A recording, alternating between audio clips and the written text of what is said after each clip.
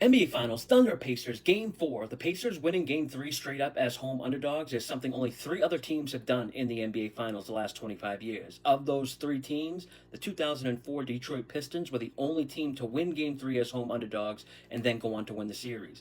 Despite the Pacers having a 2-1 series lead, the odds makers are still doubting them and they're still priced as decent-sized underdogs to win the series. Now, I have a lot of bets going on, not just for this game, but for the series as well. I clicked this bet in before the series started just for fun, not expecting it to have a chance, but it's starting to get a little sweaty here. I got the first three games correct, and I think I have Game 4 correct with OKC winning. I think we see OKC bounce back in this zigzag spot. Nothing has changed for me, really. I still think OKC is the better team. I know they're 0-8 against the spread on the road in the playoffs, but they also haven't lost back-to-back games all season. Pacers were running off adrenaline in front of their home crowd in their first playoff game in 25 years. I think we see a little bit of a letdown here, and the Thunder come out with a strong, focused effort, especially on the defensive end. OKC still has the best overall defensive efficiency rating in the playoffs, and the Pacers are still ninth, despite this run to the finals and being up 2-1. I bet OKC in the first quarter -2. Bet them first half -3.5 and full game -6.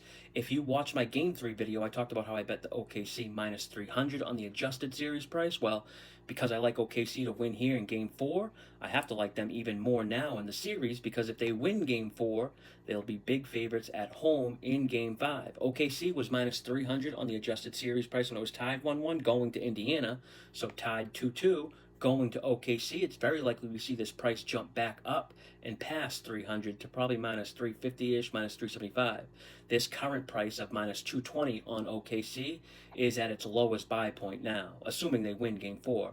Of course, if they don't, then it's a totally different story here. I think OKC's head coach Mark Dagnall has learned a valuable lesson in these two losses. He needs to shorten his rotation, rely on his starters more. It's the NBA Finals. Load management stuff is out the window. Yes, managing minutes is huge in the regular season, and it's a big reason why they were so good, but he's going like 10 guys deep onto the bench in the NBA Finals. I think that's going to change. As far as the total goes, we've seen a big adjustment down. This is the lowest total of the series. It makes sense historically.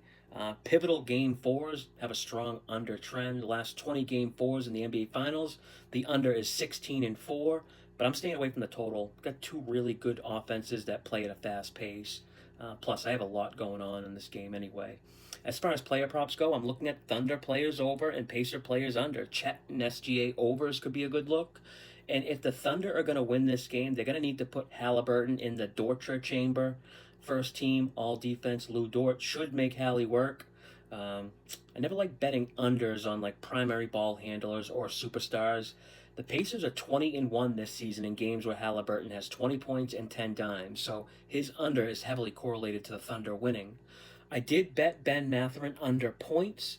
He's priced at his ceiling. He was as low as 4.5 points in the Knicks series. He had two big games.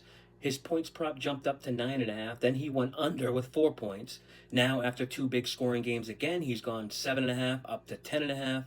He's really talented, but still very young and super inconsistent.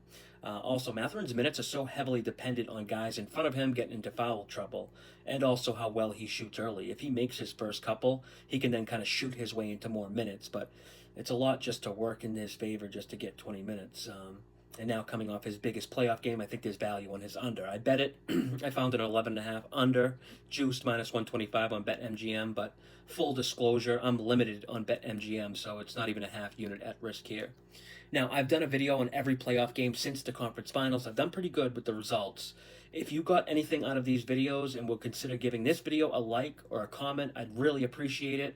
But that's it for this one. Until next time, good luck with your bets.